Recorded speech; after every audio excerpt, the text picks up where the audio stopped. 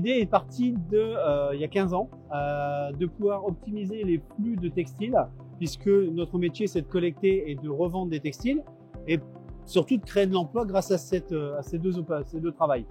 Mais il y a 15 ans, les cours de textiles sont chutés, donc on avait beaucoup de mal d'écouler certaines matières, dont essentiellement les cotons, puisqu'on était inondé de blue jeans et de vêtements coton venant d'Asie et du Nord Maghreb, ce qui fait qu'on a dû faire du tri un peu plus poussé dans ce qui pouvait se vendre en friperie et dans ce qui se vendait pas. Et malheureusement, on s'est aperçu que il y avait toute une partie qui était quand même plus importante qu'on ne le croyait, qui ne se vendait pas et qui aurait donc coûté un coût au relais si on a dû l'incinérer. Une personne qui est venue nous voir et qui nous a dit vos produits, vous pourriez éventuellement en faire un isolant pour le bâtiment ou un isolant acoustique, puisque vous avez des fibres textiles, fibres de coton, qui sont quand même des fibres végétales et elles doivent avoir des caractéristiques. Donc à vous de les découvrir, de travailler dessus, on va vous aider, c'est le gouvernement qui est un peu derrière, on va vous aider, il y a des régions qui peuvent aussi vous aider et on va avancer ensemble. On a appelé ça métis parce que mélange de tissus au départ. Et l'idée elle a commencé à naître, on a trouvé donc un effilocheur pour partir d'un vêtement tel qu'ici, couper le vêtement en morceaux, puis après passer à l'effilochage pour obtenir donc une fibre. Et une fois qu'on avait la fibre, il suffit simplement de lui apporter les traitements nécessaires pour pouvoir la protéger contre le feu, les champignons, les termites, les mites et autres, pour ensuite la mettre en avant soit dans le bâtiment par le soufflage, soit la mettre dans le bâtiment par les panneaux, les rouleaux. Sur les vêtements, donc pour le métis, c'est les jeans et les velours, donc les cotons lourds qui sont utilisés. Et là-dessus, pour alimenter l'unité qui est à Billy-Berclos, donc métis, on a donc sélectionné, on a demandé au relais de regarder chacun dans ses lignes leur capacité de production dans leur tri de ce qui pouvait nous ressortir pour métis. Et on s'est aperçu qu'avec les relais au nord de la Loire, on arrivait à trouver une capacité nécessaire et suffisante pour faire tourner une unité de production. Aujourd'hui, métis, c'est 1800 tonnes à peu près par an d'isolants fabriqués.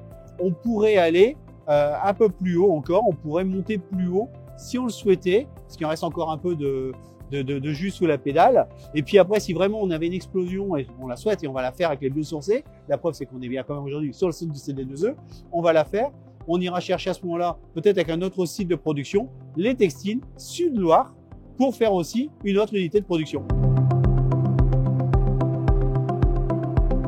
Alors sur les performances acoustiques, on a, si on prend simplement qu'un petit isolant comme ça, là ça fait 45 mm, vous mettez ça entre deux plaques de plâtre, donc une cloison, ce qu'on appelle 48-72 dans notre jargon, et là vous avez 40 à 42 décibels d'affaiblissement, en fonction des plaques que vous avez utilisées. Si on grossit un peu la cloison en mettant un autre type de cloison, je vous donne un exemple un peu plus gros, ce qu'on appelle une cloison de séparation SAD, donc c'est une double, là si on passe sur une 180, on a plus de 68 dB. Si je passe sur une 200, je dépasse 70 dB. Donc vous voyez, et après, bon, voilà, ça montre un peu la puissance que peut développer le coton au niveau de l'affaiblissement acoustique entre deux pièces. Maintenant, faut pas oublier non plus, je vous ai parlé au tout début, c'est un absorbeur acoustique. Là, quand je parle, mon produit absorbe 85% des sons. D'accord? Et celui-là, en vrac, qu'on retrouve là, il absorbe 100% des sons. Un isolant fin de vie, c'est tout le travail qu'on est en train d'essayer de mener aujourd'hui. Alors, on sait partir cavalier seul ou avec le syndicat, mais grand bien se fait qu'on a mis en place des éco-organismes. Donc, les éco-organismes ont quand même pour vocation de venir nous appuyer dans la valorisation des produits. Donc là-dessus, on va travailler avec notre éco-organisme. Pour pas le citer, c'est Valobat. Donc, on travaillera avec eux, mais on est également en recherche et développement avec le syndicat pour trouver des filières de deuxième vie à nos produits. Alors on parle dans 50 ans, hein. Métis c'est dans 50 ans qui sera démonté, hein. Pas avant. Donc là on est en train de regarder, mais on doit sûrement les filières bien avant, pour pouvoir lui donner une deuxième vie. Aujourd'hui chez Métis déjà, quand on fabrique un isolant, les chutes, parce que vous avez une laise qui fait 2,60 m et on n'utilise que 2,40 m utiles, donc on a 10 cm de chaque côté qu'on va ébarder, et ces 10 cm sont déjà renvoyés dans le process.